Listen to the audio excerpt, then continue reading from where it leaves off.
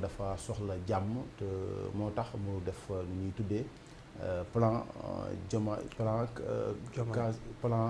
Diomaye relance plan Casamance voilà moom la njëkk lancé donc muy plan boo xam ne daf ko teg ngir en tout cas suqaliwaat Casamance booy déggoon nañ sa kii jiitu jëwriñ yi wax ne lu tollook enveloppe bu tollook juróom fukki milliards ak ñaar fas nañ ko développé jëkkati yóbbu ko fële si Casamance. Alors dañuy tàmbalee si maître mi nga xam ne si wàllu koom ngay liggéey alors Casamance dañuy wax ne mënoon na nekk fi nga xam ne mooy suqali koomu Sénégal parce que lépp lu ñuy soxla si meññeef lépp lu ñuy soxla si wàllu environnement daf ko dajale nguur yi fi jot a jaar itam kenn ku ne jot nga see def jot nga si wax waaye dafa mel ne boobu ba léegi itam doxul. Alors est-ce que lan ngay gisee jàngate aujourd'hui plan boobu nga xam ne président Diomaye daf ko yëkkati jagleel ko Casamance bi nga xam ne aujourd'hui rébellion bi quand même tax na lu bëree bëri jotu faa mën a am. Tout d'abord dañuy féliciter le président ci discours bi parce que boo seetloo discours bi c'est un discours assez structuré quand même. Discours la boo xamante ni boo xoolee ndaw ñi aussi am nañ ci pàcc bu am solo bu mu leen jagleel. Discours la boo xam ne aussi day fédérer di motiver waal aussi ni nga xamante ni mooy sénégalais yi donc c'est un très bon discours bien structuré bien vrai que boo seetloo discours bi analyse dans sa globalité. L'aspect forme rien à dire. Le fond aussi c'est bien mais dañ ci noter aussi li ñu tuddee manque de mécanisme et de détail. Parce que sentiruñ ci ay mécanisme xam nga wax rek lii dinaa ko def mais naka lay doon fan lañ koy defee nan lañ koy defee dañoo sentir ni discours bi dafa manqué de mécanisme yi nga xamante war nañ ci mën a jaar ba mën a am li nga xamante ni cité na ko ci discours am. Par rapport maintenant au plan Diomaye pour la relance de la Casamance. Je pense que c'est stratégique. Excessivement stratégique. D'abord la Casamance sa position géographique elle est tellement importante. Parce que benn région la boo xam ne c'est frontalier. Crise dugg na fa durant des années ñun avant ñuy judd sax ba nu ñuy juddoo ba gis nga suñu évolution yëpp dañu daan dégg sax crise bi.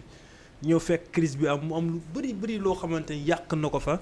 te Casamance ku ko xam dañ koy dàkkanteree sax la verte casamançaise. donc mu nekk kii boo xamante ni moo nekk le grenier du Sénégal mooy c'est-à-dire que mooy dëkk bi nga xamante ni moo waroon dundal Sénégal donc le président Diomaye su fekkee ni dafa ñëw mu rejoindre li nga xamante ni moom la ñu wax ci la vision Sénégal 2050 mooy. La souveraineté dafa am benn poids bu am solo bu mu ciy joué. Donc on ne pouvait pas espérer mieux que mu am plan Diomaye boo xamante de relancer la verte Casamance de relancer région boobu nga xamante ni ça pouvait être le grenier du Sénégal mooy lu ñuy tuddee comme Chine nu mu nekkee l'usine du monde la Casamance pouvait être même le pôle bi nga xamante ni mooy dundal Sénégal sur le plan agriculture donc le secteur primaire Casamance moo war a nekk levier bi.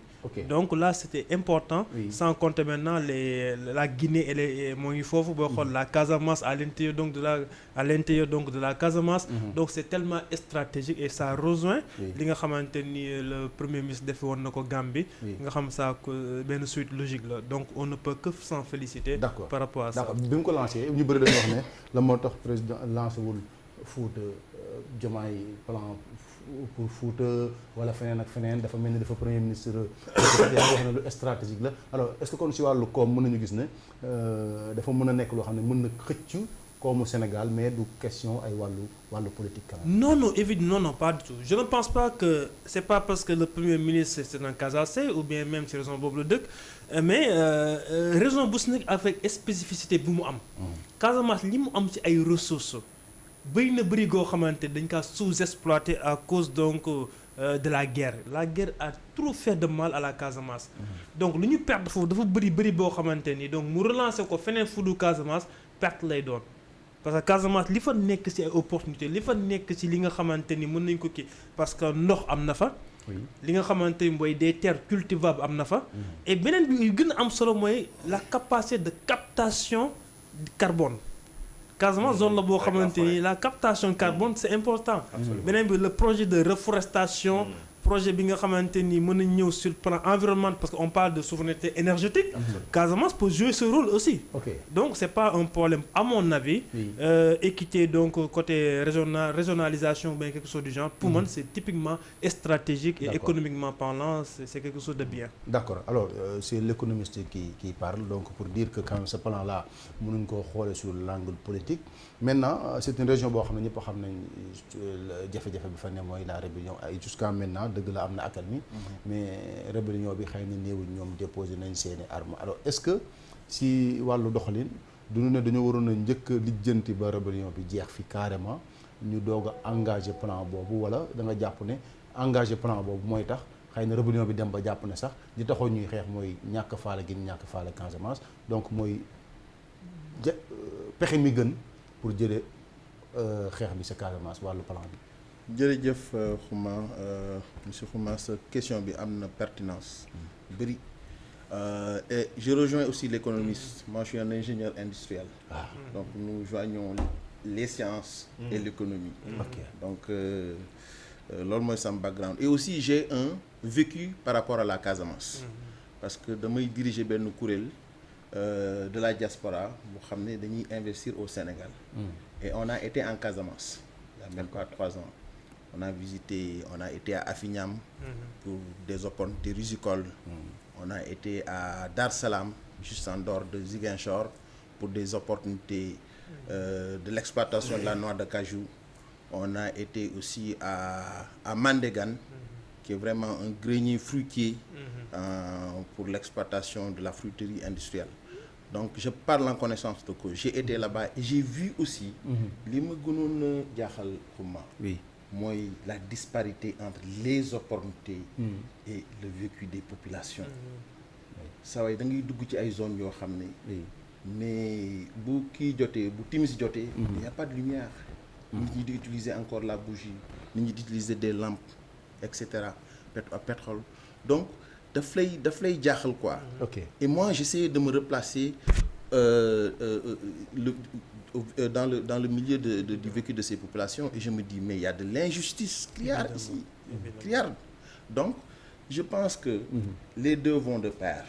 C'est un sujet très sensible, vrai, mais je pense qu'il y a quand même ce sentiment d'injustice qui peut certainement provoquer ce qu'on voit aujourd'hui en Casamance. Et je suis de ceux qui croient que vous nous résoudrez ce problème-là, un grand problème sera résolu en Casamance. Il y a d'autres forces aussi qui sont li muy wax ni en termes de est-ce que c'est politique, est-ce que c'est pas à cause du Premier ministre Ousmane Sonko, etc. Moi je ne le pense pas.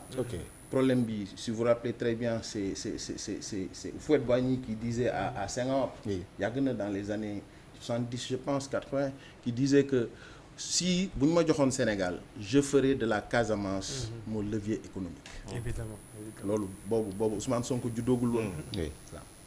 D'accord, c'est important. Alors Baldi d'abord jàngat de façon générale sur discours bi mais surtout la Casamance. C'est vrai que dañu doon wax sa naan Bassirou Diomaye pourquoi du tudd Casamance mais dafa mel ne bi mu koy tudd dafa bàyyi ba teg benn plan Diomaye pour la Casamance donc si tudd xëy na pour wax nit ñi ne man nekkuma fi wax dama ñëw uniquement pour wan nit ñi ne Casamance quand même mën na nekk un levier économique pour le Sénégal.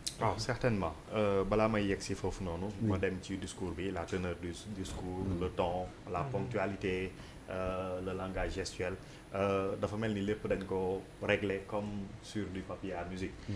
Maintenant dans le fond effectivement da ngay gis ni ce discours pour respecter la chronologie prend sa source ci DPG bi nga xamante ne Ousmane Sonko moom la def ou alors su fekkante ne da ngay respecter hiérarchie bi da ngay wax ni moom moo inspiré discours bi moom moo inspiré déclaration de politique générale bi nga xamante ne moom la Ousmane Sonko def mi ngi wax quelques pas raté mais manquement yoo xamante ne discours bi am na ko par rapport aux chiffres ak mécanisme yi nga xamante ne dañ koy doxal mais loolu noonu peut-être que dañ koy dem fekk ji ci biir DPG bi même si foofu également il faut reconnaître que am na fa ay faiblesses ak ay manquements. Maintenant sur la Casamance effectivement le Premier ministre l'avait dit en son temps bi ñu koy lancé ce n'est pas une faveur faite à la Casamance. Par ce plan Diomaye pour la Casamance liñ ci bëgg mooy fexe ba exploiter une pleine exploitation du potentiel de cette région bi nga xamante ne wax nañ ko ci wàll yëpp suñ ko mën a xoolee muy ci wàllu ressources humaines melting pot la boo xamante ne de Ziguinchor à Kolda yegg Bignona ak yooyu c'est-à-dire que potentialité yi fa nekk en termes de ressources humaines yu am solo la pour réew mi maintenant wax nañ ko également région la boo xamante ne mën na nekk le grenier du Sénégal parce que pluviométrie bi fa am na solo suuf yi dafa riche et arabe mais également sous-solu Casamance dañuy fàtte ni lépp lu ñuy wax ni am na feneen par ailleurs ci biir Sénégal am na ci sous-solu Casamance donc c'est une région boo xamante ne effectivement mën na nekk lead bi nga xamante ne levier par lequel effectivement moom la ñuy amorcer ou propulser le Sénégal vers le développement donc ce n'est que justice et nous avions l'habitude de dire que les militaires